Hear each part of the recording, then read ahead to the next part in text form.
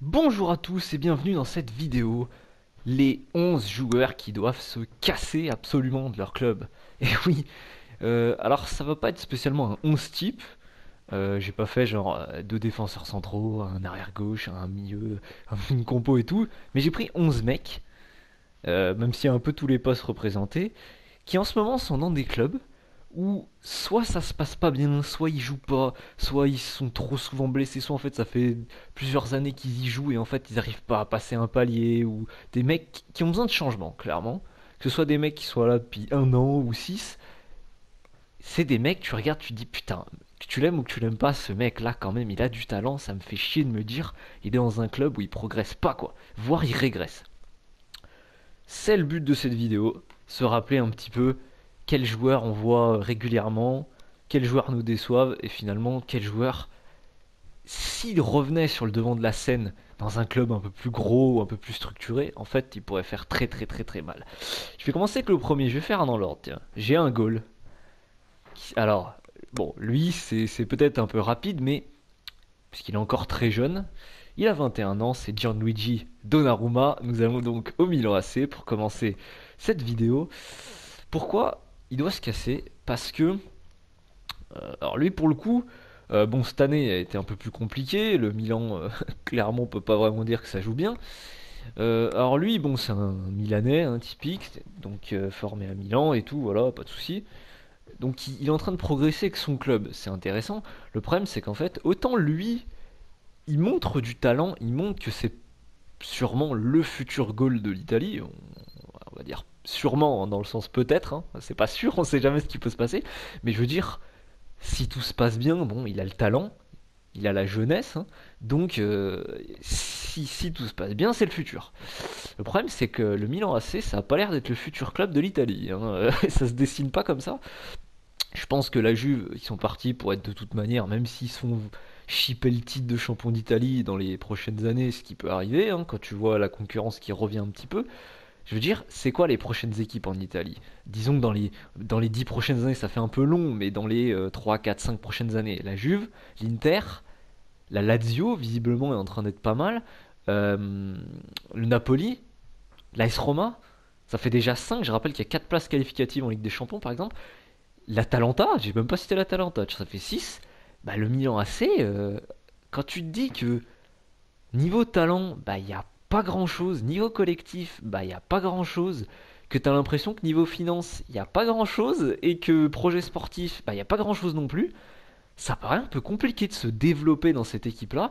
Et en fait, tout simplement, j'ai l'impression que si Gianluigi Donnarumma reste au Milan AC, est-ce qu'en fait, clairement, il n'est pas dans une équipe qui va le freiner? C'est-à-dire, parce que si le Milan AC fait j'ai n'importe quoi, allez, 6ème, 7ème, 8ème chaque année. Allez, le pire des cas, 8ème, et t'as même pas de Coupe d'Europe, c'est-à-dire que t'as même pas d'Europa League. Comment tu fais pour te montrer? Comment tu fais pour.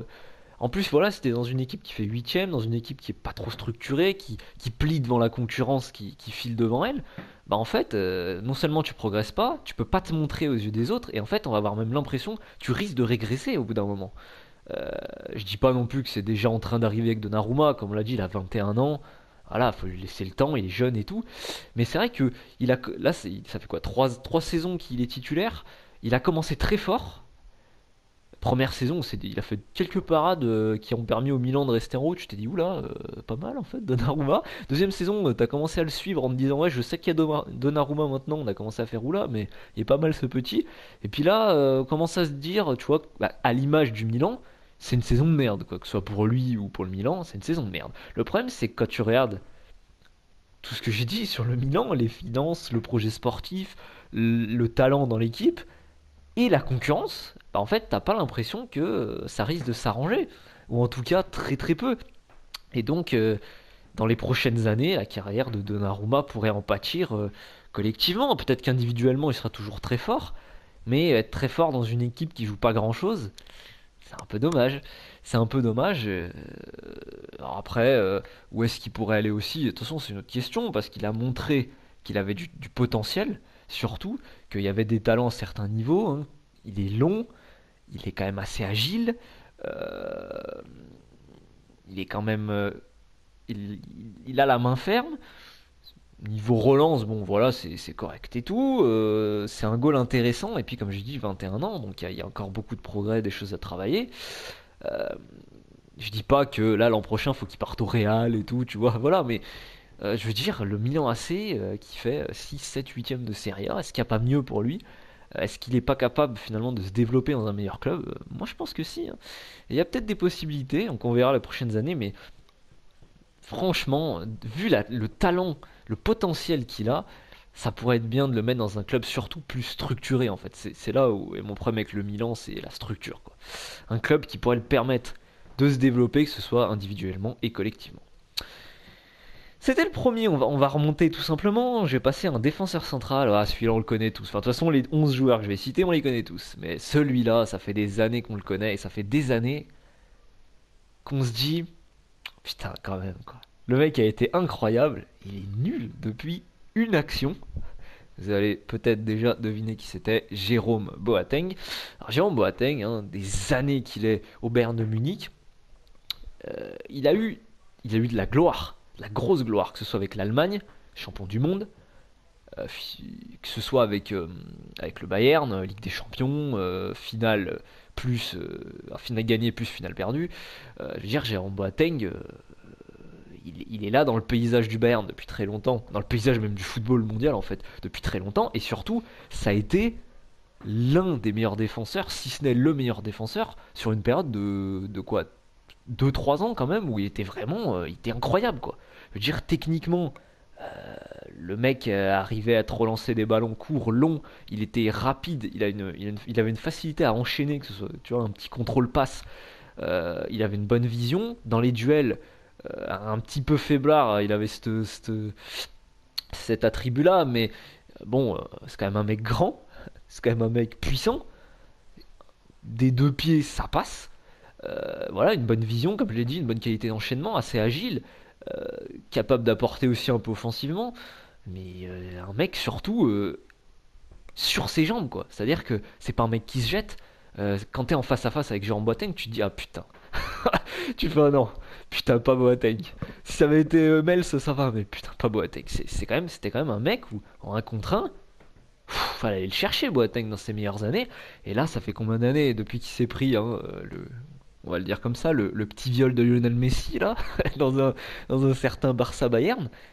Bah, le mec, t'as l'impression qu'il a perdu toute confiance, il a perdu son niveau. Et puis le Bayern aussi n'a pas vraiment progressé depuis toutes ces années. Et le Bayern est toujours fort, hein. Mais le Bayern n'a pas progressé.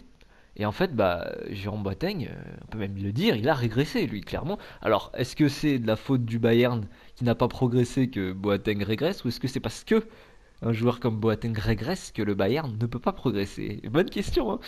Mais non, je pense quand même que Jérôme Boateng, là, en fait, aujourd'hui, ça fait des années qu'il galère. C'est pas non plus une catastrophe, mais ça fait des années où qui retrouve plus son niveau, comme j'ai dit, qui régresse. Et c'est dommage de se dire, surtout dans un Bayern qui du coup bah progresse pas non plus. Tu te dis en fait, bah est-ce que c'est pas le moment de faire une séparation entre les deux, hein? Si Boateng partait, est-ce que ce serait pas et bien pour le joueur et bien pour le club finalement? C'est une question intéressante à poser, je trouve. Et je pense que c'est le moment. Alors après, qu'est-ce que Boateng il peut encore faire? Quelle valeur il a sur le marché? Il y a eu des rumeurs qu'il a envoyé au PSG l'an dernier. Il y a eu des clubs. Moi, je pense quand même qu'il peut trouver déjà un club Ligue des Champions, clairement, mais même un club qui va encore jouer le titre, quelque chose comme ça. On connaît l'amour du championnat italien pour les joueurs vieux, notamment les défenseurs. Pourquoi pas un petit Boateng, je sais pas, à la Juve, à l'Inter, tu sais, ça, c'est très bien, c'est très possible. Pourquoi pas un Boateng, je sais pas, t'as des clubs qui ont besoin, tu vois, de mecs d'expérience comme ça.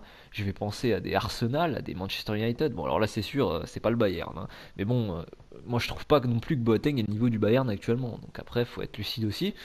Et surtout, est-ce qu'il vaut pas mieux faire, je veux dire, jouer dans un club moins fort que le Bayern, et puis finalement retrouver du niveau, retrouver de la confiance, et puis redevenir peut-être un top joueur, je sais pas, peut-être déjà, enfin, il a le potentiel en tout cas pour être un top 10 à son poste, il l'a été et largement, malheureusement sur une période trop courte. Est-ce qu'il peut retrouver ce niveau? Pareil, je parlais d'autres équipes, mais Tottenham par exemple, qui joue souvent les gros rôles, Chelsea qui va avoir besoin de recruter.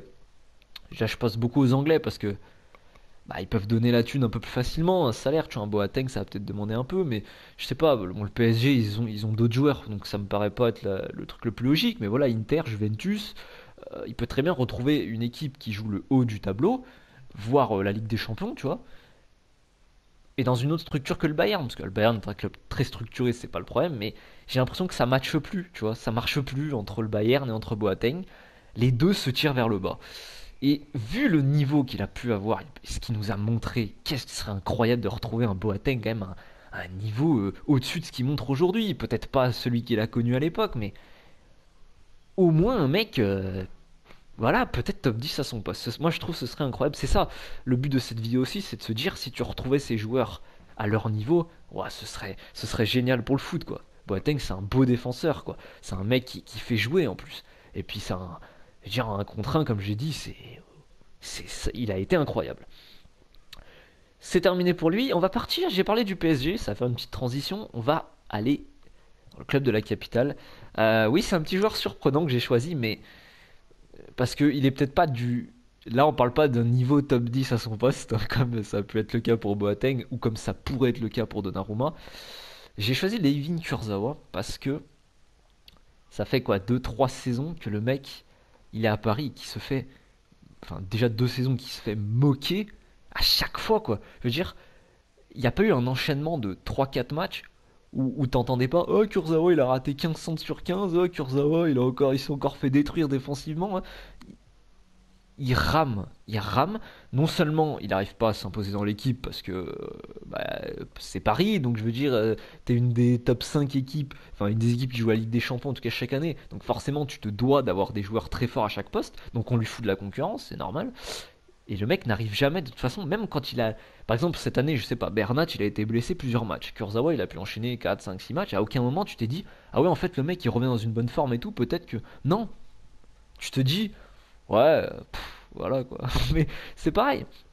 Un peu comme je disais avec Boateng, bon, dans une certaine mesure, évidemment. Mais Boateng, comme j'ai dit, est-ce qu'il vaut pas mieux, pardon, retrouver un club moins fort, mais qui joue encore de grosses compétitions, hein, notamment la Ligue des Champions, pour pouvoir au moins te remettre à un très bon niveau. Parce que Kurzawa, quand il est à Monaco, c'est pas une quiche, quoi. Il est vraiment bon et surtout, il a beaucoup de potentiel. Je te dis, s'il continue de faire ça dans une grosse équipe, c'est jackpot. Et en fait, il arrive à Paris et il y a eu tous ces côtés remontada, ces trucs. Paris, c'est quand même un club où mentalement, déjà, t'as l'impression que le club, enfin, bon, peut-être moins maintenant, là, ils ont peut-être passé un cap, j'espère pour eux. Malheureusement, la saison s'est arrêtée, on ne saura jamais.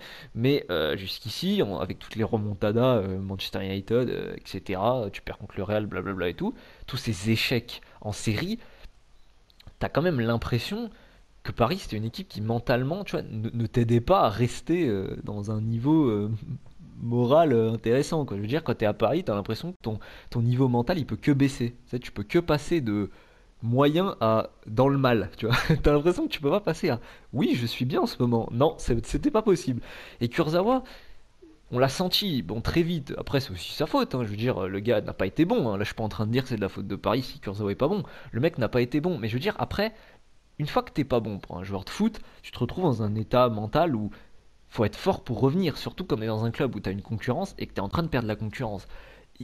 Quand on va te donner l'opportunité, parce que le joueur est blessé ou parce qu'il faut faire tourner, il faut être bon tout de suite.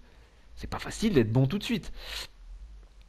Le problème de Kurzawa, c'est que comme il a été rapidement mauvais avec Paris, et qu'on lui a foutu la concurrence, qui s'est retrouvé entre je joue pas, je suis pas bon quand je joue, etc. En fait, à aucun moment, est-ce que vraiment à un moment il aurait pu retrouver il peut retrouver cette confiance à Paris? Je suis pas sûr. Et le truc, et je dis pas, attention, Kurzawa, là on parle pas, comme j'ai dit avec Boateng et tout, d'un top 10 à son poste. Je pense pas qu'il puisse le devenir un jour, mais je veux dire, là il est vraiment trop déjà nul par rapport à ce qu'il a pu faire, et puis il est vraiment trop dans un, tu vois, il fait que régresser, c'est pas possible, quoi. Je veux dire, en plus, le gars, il a pas 34 ans, je sais pas, voilà, il était fort avant d'arriver à Paris, il est nul depuis qu'il y est, et il a jamais réussi à être fort à Paris. Est-ce que tout simplement, ce qu'il faudrait faire, c'est le sortir de cet effectif, le mettre dans un club qui aura peut-être moins d'attentes, comme il était à Monaco. Là, par exemple, tu vois, Monaco rachète Kurzawa, et le mec, on lui dit, ouais, bon, on va jouer la Ligue des Champions, tu vois, on veut se qualifier, on est 3 premiers. C'est pas pareil qu'avec Paris, ouais, faut que tu sois bon contre le Real, contre le Bayern, contre la Juve, et tout de suite. Non, là, on va lui demander autre chose. Et peut-être que voilà, là, il arrive plus à se sortir de cette pression. Et puis, voilà, je veux dire, après, c'est un running gag. Genre, le mec, au début, on disait qu'il était nul. Et puis, en fait, maintenant, c'est tout le temps. Même quand il est bon, en fait, bah, il est nul. Parce que tout le monde dit qu'il est nul. Et je pense qu'il faut qu'il sorte de cet état d'esprit qu'il a et que maintenant est lié au PSG, en fait. À chaque fois que Kurzawa porte un maillot de Paris, tu te dis, ah ouais, il va être nul. Même lui, il doit se le dire, ça se trouve dans sa tête. Tu vois, c'est compliqué. Moi, je pense quand même que c'est un joueur qui devrait partir parce que il peut faire des choses. Honnêtement, c'est un bon joueur. Ça a été un bon joueur avant Paris. Je vois pas pourquoi ça le serait plus maintenant. Tu perds pas ton niveau comme ça. Moi, je le vois bien faire quelque chose ailleurs. Voilà. Après, pareil, est-ce qu'il doit être titulaire dans un gros club? Pas tout de suite, en tout cas, ça paraît compliqué. On a bien vu avec Paris, bon, il a du mal quand même. Mais après, comme je te dis, s'il revient à Monaco, ou je sais pas, voilà, je parlais de Naples tout à l'heure, je sais pas, qu'est-ce qu'il peut y avoir lui, il a l'air d'avoir quand même un jeu un peu aussi à l'espagnol, avec des latéraux un peu tranquilles, mais qui montent et tout, qui aiment bien participer au jeu. Je sais pas, des Valence, des équipes comme ça, peut-être ça peut le relancer, hein. Il y a des joueurs qui ont été bien dans ce genre d'équipe. Voilà, c'est mon joueur. Je pense que c'est peut-être le moins fort de tous les joueurs que j'ai choisis. Et ben on va passer de l'autre côté du terrain avec un joueur qui, là par contre, Bellerin, on part donc à Arsenal. Bellerin, c'est un top 10 à son poste. Clairement, actuellement, c'est un top 10 à son poste. C'est peut-être même un top 5 à son poste. Alors maintenant, il y a eu l'arrivée d'Alexander Arnold, par exemple, qui lui prend tous les postes, hein, pas de souci. Lui, il est number one du classement, hein, personne ne le dépasse. Mais donc, je vais me calmer avec top 5 pour Bellerin parce qu'il faut encore voir. Il y a des choses à prouver. Mais il est top 10 à son poste actuellement, alors qu'il joue dans une équipe qui. Alors là, je disais, le Milan, tu vois, bon, il y a quand même une différence avec le Milan, c'est qu'à Arsenal, t'as un peu plus de stabilité financière, et je veux dire, il suffirait de recruter deux trois joueurs de talent, et tu pourrais vraiment te retrouver à jouer mieux que ça. T'as quand même l'Europa League, etc. C'est pas incroyable, mais il y a moyen de te montrer. Tu vois, par exemple, quand tu joues l'Europa League, si t'es bon en Europa League, les clubs de Ligue des Champions ont commencé à se dire, ah ouais, le mec, en fait, il est très fort en Europa League, si je le fais en Ligue des Champions, il se fera pas marcher dessus, quoi, voilà. Il y a ce côté-là de pouvoir se montrer. Arsenal, ça reste un club assez médiatique. Le Milan aussi, normalement, de base. Mais là, pour le coup, voilà. Donc voilà, Arsenal, il y a quand même des capacités et tout. Le problème, c'est que là, Bellerin, ça fait quand même plusieurs années qu'il y est. C'est-à-dire que ça fait pas un an qu'il est à Arsenal. Ça fait quand même, quoi, 3 4 saisons. Ça stagne, quoi. C'est un top 10 à son poste depuis 3 4 saisons. Et ça fait 3 4 saisons qu'on attend qu'il devienne le top 3 à son poste. Le problème, c'est qu'Arsenal, il peut pas passer ce step. C'est pas possible. Et en plus, Arsenal, encore quand il est arrivé, Arsenal jouait la quatrième place et tout. Là, ils sont quoi, cinquième, sixième. Voilà. Donc maintenant, c'est l'Europa League. Donc c'est encore pire, quoi. Tu joues même pas la Ligue des Champions. Je pense que Bellerin, clairement, demain, tu le fais au Barça. Ça devient un top 3 à son poste. Je veux dire, actuellement, j'ai dit Trent Arnold, premier du classement. Je pense que personne ne va me contredire. Mais il y a peut-être moyen de le titiller quand t'es Bellerin. Parce que très rapide, très bon offensivement, très bon. Pour son poste, arrière droit, très bon apport offensif, clairement. Comme je l'ai dit, la vitesse. Chez lui, la vitesse, c'est même plus un atout. C'est comme par exemple des joueurs comme Walcott, Mbappé et tout. Ils sont tellement rapides que c'est même plus un atout. En fait, c'est une différence dans un match. C'est-à-dire que euh, Juninho, il a un coup franc aux abords de la surface. C'est même plus genre que Juninho, il est bon coup franc. C'est qu'il y a une chance sur deux qui est but. Une chance sur deux, c'est énorme, 50% de chance. Si le mec se concentre, il y a but. C'est quand même grave. C'est un péno pour lui. Et ben, Bellerin, il fait partie de la catégorie de ces joueurs tellement rapides que, en une accélération, il peut éliminer la moitié d'une équipe. Je veux dire, voilà, c'est pas un mec qui va vite là. Là, c'est un mec qui trace. C'est pire. Donc, je veux dire, il a des attributs physiques déjà intéressants. C'est un mec qui se bat. On le voit, il a la grinta quand même. Je veux dire, par exemple, c'est pas un très gros joueur de tête, mais tu le vois souvent aller prendre des ballons de la tête et tout. Il a quand même un jeu intelligent. Tu sens qu'il a ce côté espagnol. Il cherche souvent les 1-2 et tout. Quand je dis apport offensif, il est capable de te sortir un 1-2, de partir en profondeur, d'écarter le ballon. Il est capable euh, de faire une différence balle au pied. C'est quand même un très gros joueur pour un arrière droit. Il a un bagage technique, offensif et tout ça, super intéressant. Le problème, c'est qu'il joue dans une équipe qui se fait marcher dessus par la concurrence. Et t'as beau être le meilleur joueur de ton équipe ou le meilleur hard droit possible, même le meilleur hard droit du monde, en fait, il y a un moment, faut gagner quoi. Si tu veux être dans les meilleurs, faut être dans une équipe qui gagne. Et Arsenal, bah, je vais le dire, je vais le démontrer à personne, c'est pas une équipe qui gagne. Je pense que, en plus, Bellerin, comme je dis, espagnol. Putain, imagine là demain, je sais pas pourquoi il part au Barça ou au Real. Allez, disons Barça, puisque le mec est formé là-bas. Il part au Barça, il fait une grosse saison. Le mec, je sais pas, il fait finale de Ligue des Champions, même s'il la perd, on s'en fout. Finale de Ligue des Champions, il remporte le titre en Liga, il arrive super en forme. Il y a l'Euro 2021, il est titulaire avec l'Espagne, il fait un super Euro, il fait, allez, finale de l'Euro aussi. On va commencer à se dire, oula, mais en fait, Bellerin, le mec est incroyable. Le problème, c'est que comment veux-tu montrer que tu es fort au haut niveau si ton club ne te permet pas d'accéder au haut niveau? Voilà. Je pense que Bellerin clairement doit partir parce que lui ça fait plusieurs années qu'il stagne et que Arsenal va pas devenir le meilleur club de première ligue du jour au lendemain. Il faut partir et surtout je pense que Bellerin lui clairement il peut partir au Barça, au Real, il peut partir je sais pas, au Bayern, n'importe quoi. Il peut partir dans un très grand club. C'est un très gros joueur à son poste. Hector Bellerin. Espérons. Espérons pour lui. J'ai continué avec un Espagnol, sauf que là cette fois on va partir au milieu de terrain, mais on va rester en Angleterre. Je vais parler de Juan Mata. Top 10 à son poste? Non. Joueur de ballon? Ouais, carrément. Carrément. Le problème de Juan Mata, c'est qu'il faut qu'il parte de l'Angleterre, je pense. C'est un profil de joueur. Déjà, il a tapé 2 fois Mourinho à Chelsea et à Manchester United, faut le dire. Ça aide pas. Ça aide pas pour une carrière. Mais je pense que Mata, faut qu'il revienne en Espagne. Faut qu'il revienne en Espagne parce qu'il y a quand même un côté. Déjà, il y a un côté très technique. Et tu sens qu'en fait, même s'il a eu 2 fois Mourinho, comme j'ai dit, il n'arrive pas à s'imposer dans une équipe anglaise. Et je pense que il a jamais été aussi fort à Chelsea et à Manchester qu'il l'a été à Valence. C'est vraiment un joueur de ballon, c'est vraiment un espagnol, pur espagnol, fait pour l'Espagne. Je pense que demain, tu le fous. Alors au Barça et au Real, évidemment, hein, tu passes un cap. Mais tu le fous dans un. Ah, peut-être pas l'Atlético Madrid, parce qu'il manque un peu de coffre, je pense. Mais un Séville, un Valence, des équipes comme ça, même, alors je vais descendre un peu, mais un peu à la mode Fekir, tu le fous au Betis Séville, tu vas commencer à te dire, mais attends, le mec il est au-dessus hein, il est au-dessus de la moyenne dans cette équipe en fait. Mais oui, Mata pour moi c'est un joueur au-dessus de la moyenne. Le problème c'est qu'il ça fait des années qu'il est dans des conditions de merde pour progresser, pour montrer ce qu'il vaut. Et en plus j'ai l'impression que l'Angleterre n'est pas vraiment fait pour lui, comme j'ai dit. J'ai l'impression, pas au niveau de l'engagement, on l'a vu un peu comme David Silva. Au début, c'était des mecs un peu frêles qui jouaient au ballon. Aujourd'hui, c'est devenu aussi un peu plus des combattants. Et ça, c'est bien. Mais je pense qu'il manque de coffre. Il manque de coffre. Euh, L'Angleterre, c'est pas que des coups. En fait, l'Angleterre, pardon, c'est de l'intensité. En fait, quand tu vois un ballon, faut aller dessus. Quand t'as le ballon au pied, il faut que ça joue. Il faut qu'il se passe quelque chose. Une passe, un tir, quelque chose. Il faut qu'il se passe tout le temps quelque chose. C'est ça le jeu anglais. Et Mata, l'endurance, c'est pas son point fort. Je pense vraiment que c'est un mec, si tu le remets en Espagne, il peut vraiment être parfaitement dans son rôle.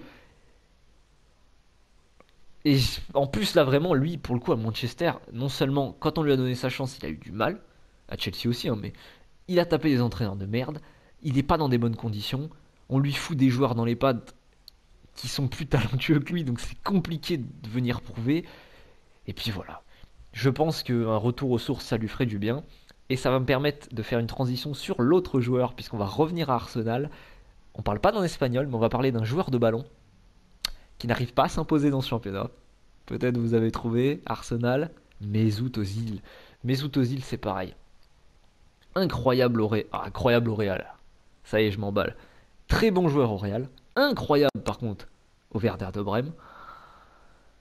Lui aussi, je pense qu'il y a un côté. Le jeu va trop vite en fait. Autant Mata, c'était plus le coffre qui me gênait. Je pense que vraiment pour Ozil, le jeu va trop vite. À l'Angleterre, comme j'ai dit, quoi qu'il se passe, il faut qu'il se passe un truc. Si t'as le ballon, tu shootes, tu fais une passe, tu dribbles, mais fais un truc. Tu peux pas t'arrêter. L'Angleterre, c'est pas on s'arrête.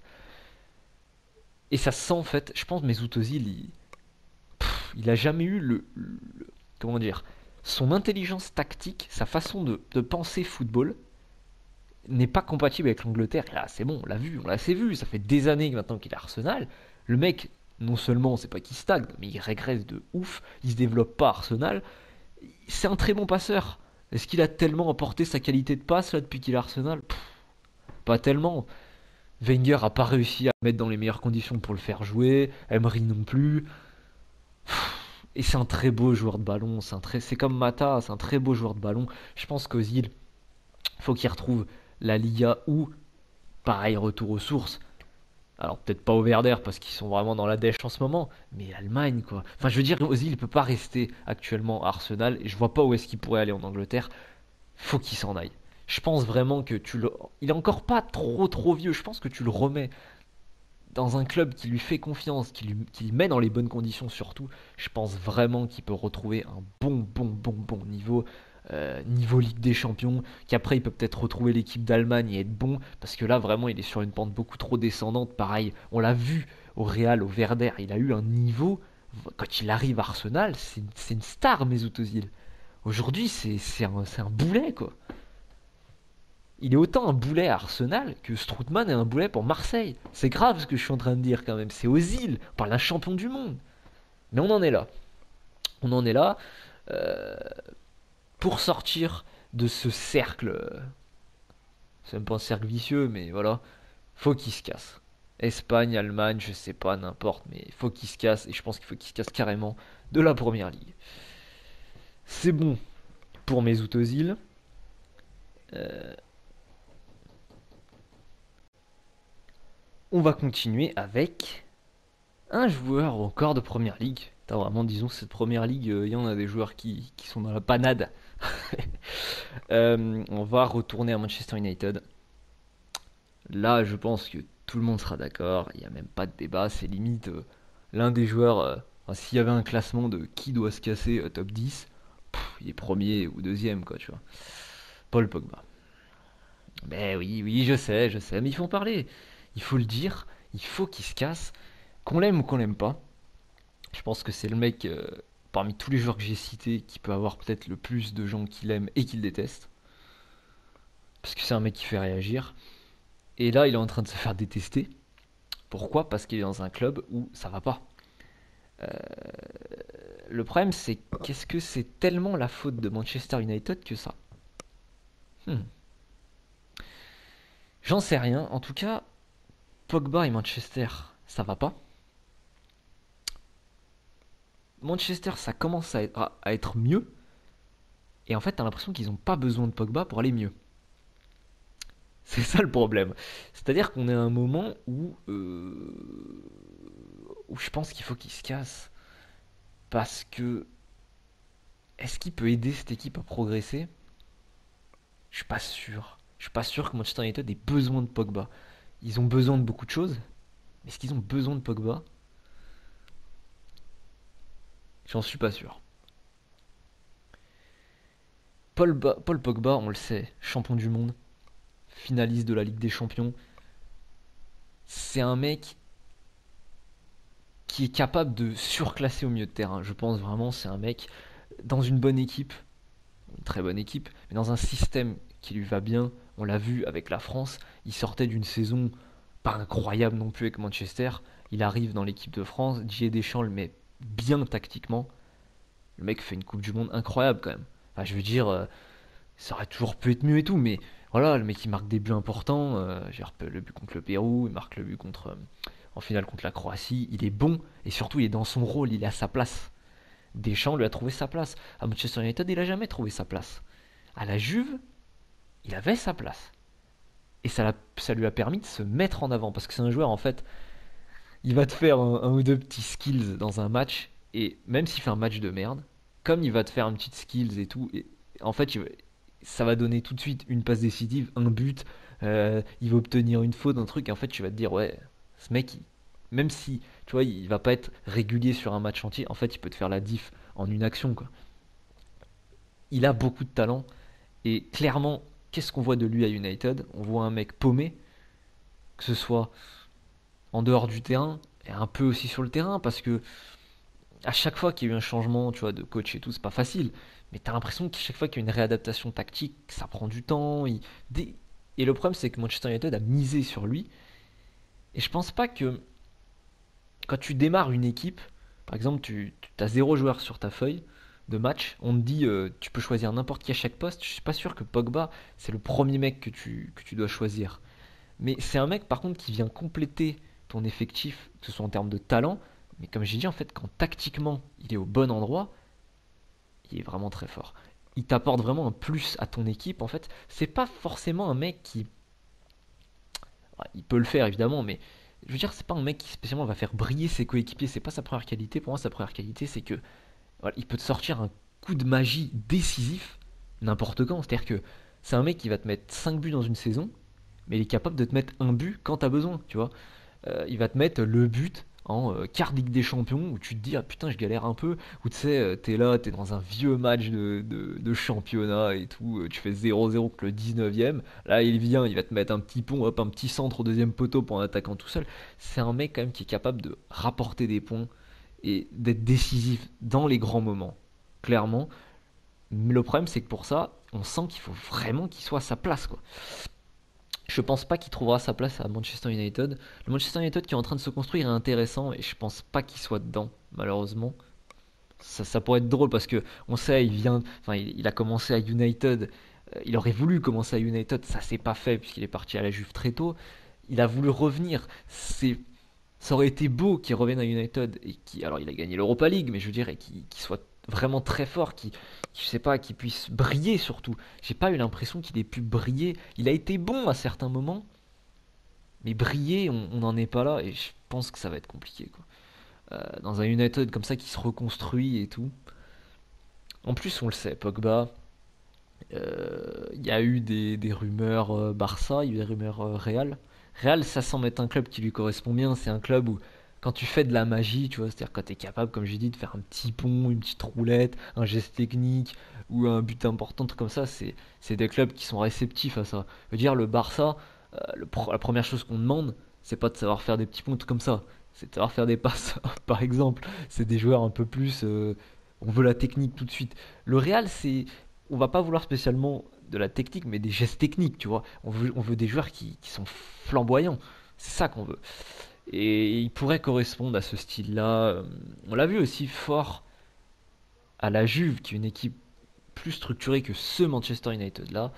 Peut-être que retourne à la Juve, ou tu vois, un club un peu plus comme ça, qui le mettrait tout de suite là où il faut. Je pense que c'est ce qu'il a besoin. Et Manchester United, à mon avis, ne peut pas lui offrir ça maintenant. Et on le sait, Pogba, quand il est fort, il est vraiment, vraiment, vraiment très, très fort. Donc ça pourrait être bien. Je pense que ça pourrait changer des choses dans le football s'il changeait de club. Je vais continuer avec un autre joueur. On va partir en Espagne. Je viens de dire Real Madrid. Et bah ce joueur est au Real de Madrid. James Rodriguez. Ça va être clair, net, précis, très rapide. Le mec a été incroyable à Monaco. Et avec la Colombie. À peu près au même moment. Il part au Real de Madrid. On mise un peu sur lui. Ça se passe correctement. Mais finalement, il fait pas tellement une meilleure saison qu'il fait à Monaco. Et à partir de là, t'as l'arrivée notamment de Zidane, t'as beaucoup de talent au Real. Je pense que voilà, tout le monde le sait. Quand t'as eu des Benzema, Cristiano Ronaldo, euh, même Isco qui était en train de monter en même temps que Rames, c'est dur de s'imposer si t'es pas bon plusieurs fois de suite. C'est fini, tu perds ta place et puis après pour la retrouver c'est compliqué. Zidane ne lui a pas fait confiance, il a commencé à perdre du temps de jeu, se blesser, ce truc, voilà, bon, il est rentré dans un cercle un peu négatif. Puis il part au Bayern 2 saisons, puis oh, au Bayern en fait, il a du talent Rames, dis donc, il joue pas tous les matchs, mais il a du talent quand même ce Rames. Bah oui, et là il revient au Real et puis bis repetita, ça joue pas. Tu sens qu'il n'y a pas d'avenir au club pour lui, personne lui fait confiance. Casse-toi, Rames, casse-toi, franchement. Rappelez-vous son but en Coupe du Monde 2014, rappelez-vous sa Coupe du Monde 2014, rappelez-vous sa saison à Monaco, rappelez-vous comment il était fort au FC Porto, rappelez-vous là les quelques dribbles qu'il a pu mettre avec le Bayern, le toucher de balle qu'il a, la puissance de frappe, cette grinta et tout. Il est capable de faire tellement de choses sur un terrain, Rames, vraiment. Faut qu'il se casse. Casse-toi du Real, s'il te plaît. Va dans un club qui te permet de te prononcer, c'est pas très beau, qui te permet de te mettre en valeur et surtout un club qui va miser sur toi. Rames, c'est le genre de mec, ça peut être la star d'une club. C'est dur là, hein. La star d'un club, on l'a vu à Monaco, le mec qui arrive à Monaco, c'est la star. Il était à Porto, c'est la star. En Colombie, c'est la star. Au Real, à aucun moment, on a essayé de lui donner un peu ce rôle de star au début quand il arrive.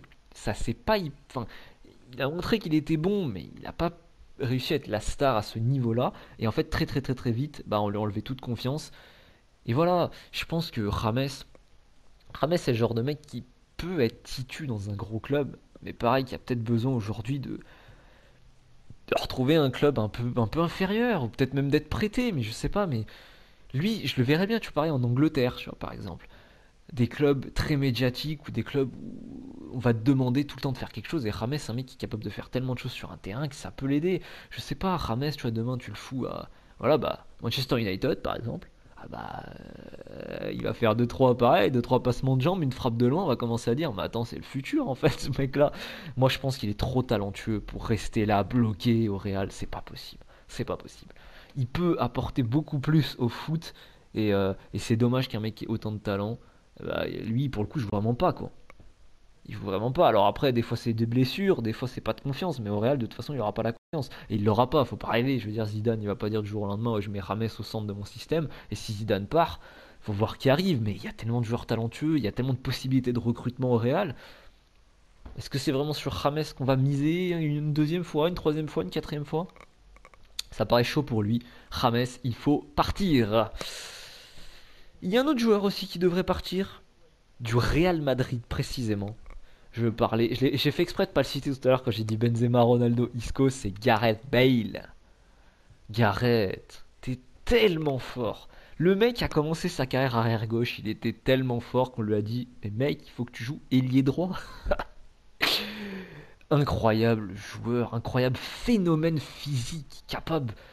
On a tous en tête cette poussée de balle où le mec court en touche pour contourner son défenseur. Il est capable physiquement de faire des prouesses un peu comme Mbappé, tu vois. C'est le mec qui va te faire une accélération mais incroyable sur 20 mètres, sur 50 même, mais qui s'en fout.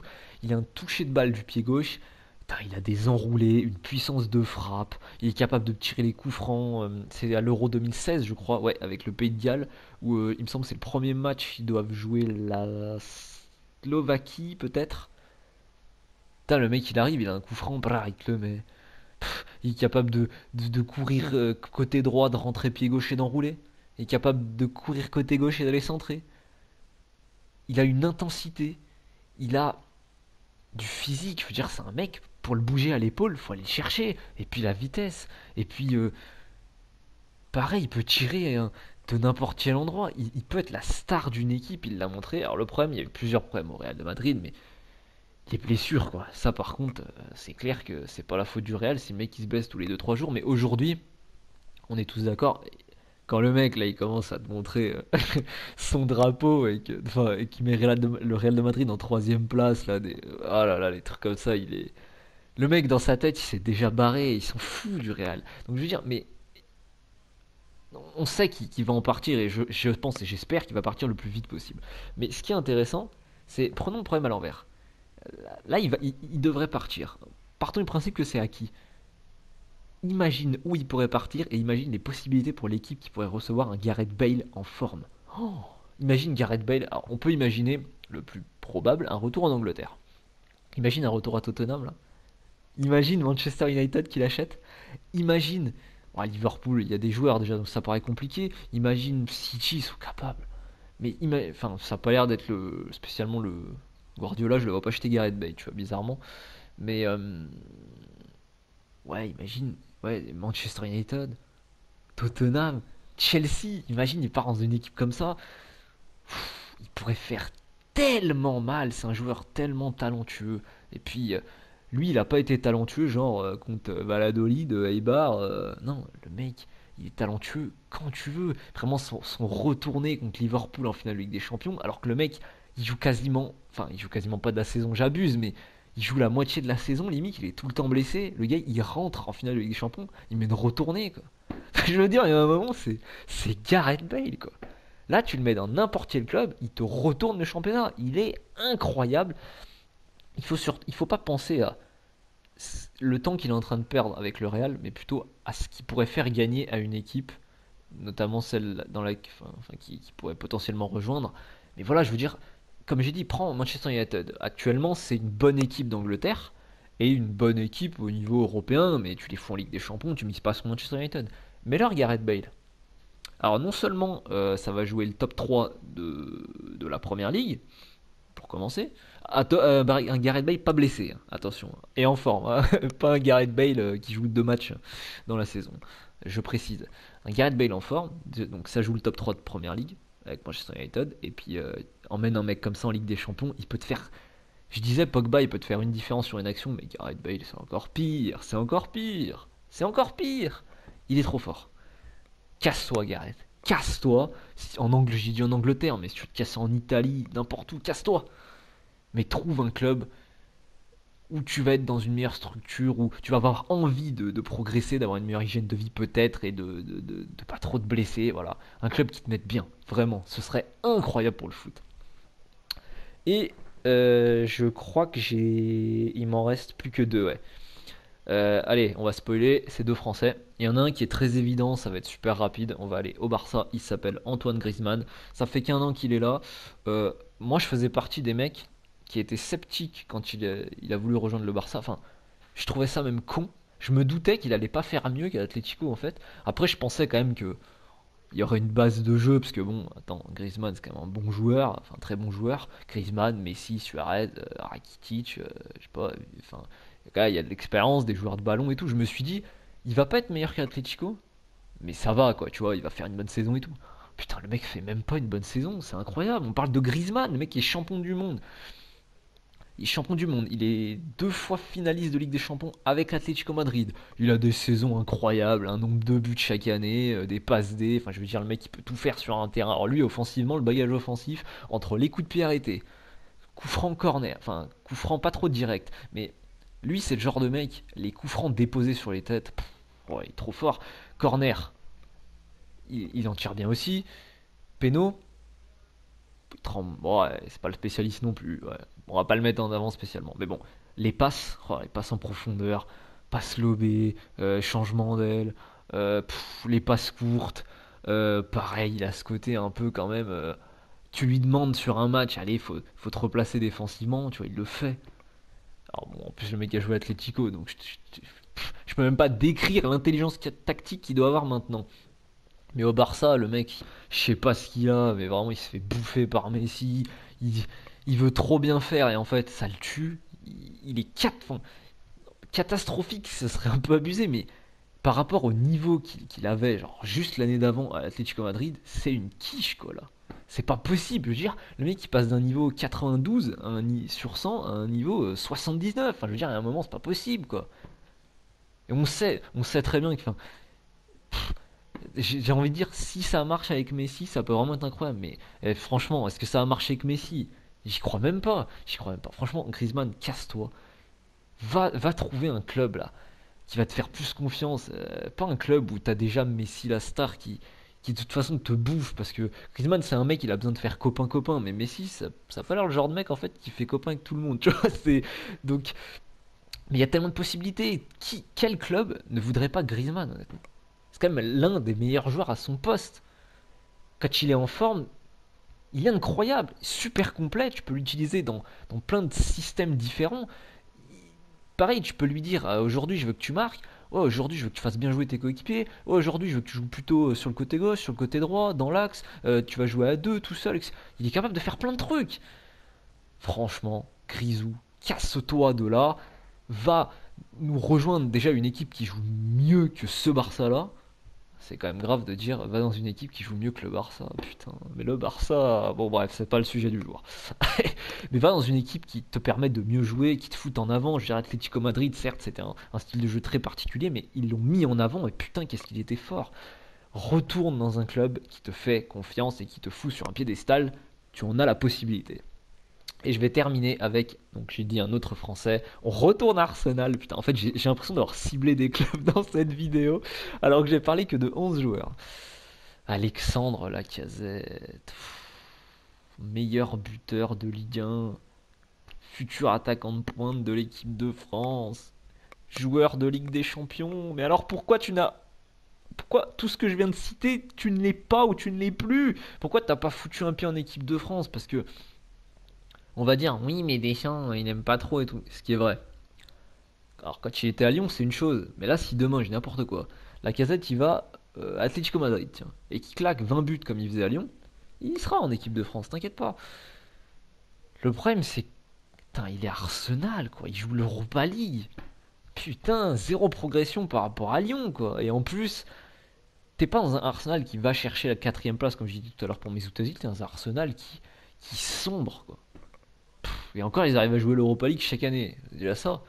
Mais Lacazette, il part de Lyon, il fallait qu'il passe un palier. Il fallait qu'il joue la Ligue des Champions pour pouvoir peut-être aller en équipe de France, pour pouvoir montrer que c'était l'un des meilleurs attaquants, un buteur du monde. Pas le meilleur, mais honnêtement, où est-ce qu'il peut aller? C'est ça, on sait pas. Il peut encore progresser. Le problème, c'est que c'est pas Arsenal qui va progresser. On le voit, les coachs n'ont pas trop fait confiance. Ce mec, je pense clairement, peut être un des top 10 des meilleurs buteurs en Europe sur une saison. Putain, clairement. Regarde à Lyon ce qu'il a pu faire, même Arsenal. En plus, il a ce côté envie de bien jouer, tu vois. Tu sens que quand il est sur le terrain, il est capable, tu vois, de faire des saisons, il marque beaucoup, il est capable de mettre des buts, des vrais buts de buteur, mais il est capable de se dire dans un match, putain, aujourd'hui, il faut que je fasse des passes en profondeur à Aubameyang, que ça marche bien, tu vois. C'est un mec qui, un peu comme Griezmann, tu vois. Alors, Griezmann est vraiment capable de tout faire, Lacazette un peu moins, mais c'est un mec qui, offensivement, voilà, il peut être passeur, buteur, puis alors pied droit, de la tête, pied gauche, il a quand même de la vitesse. euh, il peut, dans certains types d'actions, il peut aller s'exiler un peu sur un côté, temporiser, dribbler, centrer. C'est un mec qui peut jouer à la Inzaghi en attendant au point de péno jusqu'à ce qu'on lui foute un centre pour marquer. Il est capable de faire plein de choses. Et là, clairement, putain, il va régresser de ouf s'il est comme ça. Puis plus les années passent, moins t'es jeune et moins t'attends. C'est maintenant, la casette, c'est maintenant, il faut qu'il se casse. Je sais pas où il peut aller, reviens à Lyon. Reviens à Lyon, ce serait bien. Mais je sais pas où il peut aller, mais faut pas qu'il reste l'Arsenal. Tu vois, autant Aubameyang, je suis pas inquiet pour lui. Enfin, je veux dire, lui, Aubameyang, il tourne à Arsenal, ça se passe bien pour lui. Alors après, collectivement, c'est sûr qu'il gagne pas des masses. Mais lui, par contre, individuellement, il s'éclate à Arsenal, tu vois. La casette, il s'éclate pas. Il s'éclate pas. Ça se voit, ça se ressent. Et vraiment, si à la casette, il pouvait être dans un club qui le met dans des bonnes dispositions, on l'a vu à Lyon, putain, il peut en claquer des buts sur une saison. Vraiment. Il peut faire beaucoup mieux que ce qu'il fait Arsenal. Et ben c'est terminé pour cette vidéo, un peu longue finalement. J'ai dit pas mal de choses sur tous les joueurs. Donc voilà, c'était. J'ai pris 11 joueurs qui doivent se casser, vraiment. Pour mieux faire, pour revenir dans la course, comme Jérôme Boateng, pour passer un palier, comme Alexandre Lacazette, pour nous montrer qu'ils ont encore du talent. Hashtag Ozil.